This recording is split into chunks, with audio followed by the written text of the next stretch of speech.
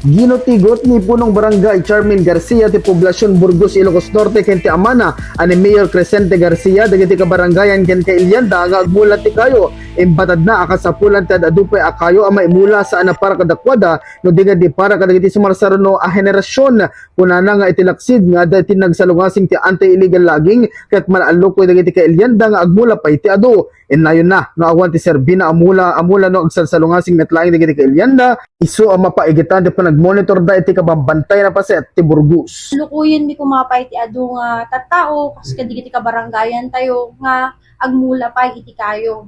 At dito ket nabayag ngamin iti pinagtubo wenno pinagdakkel iti kayo.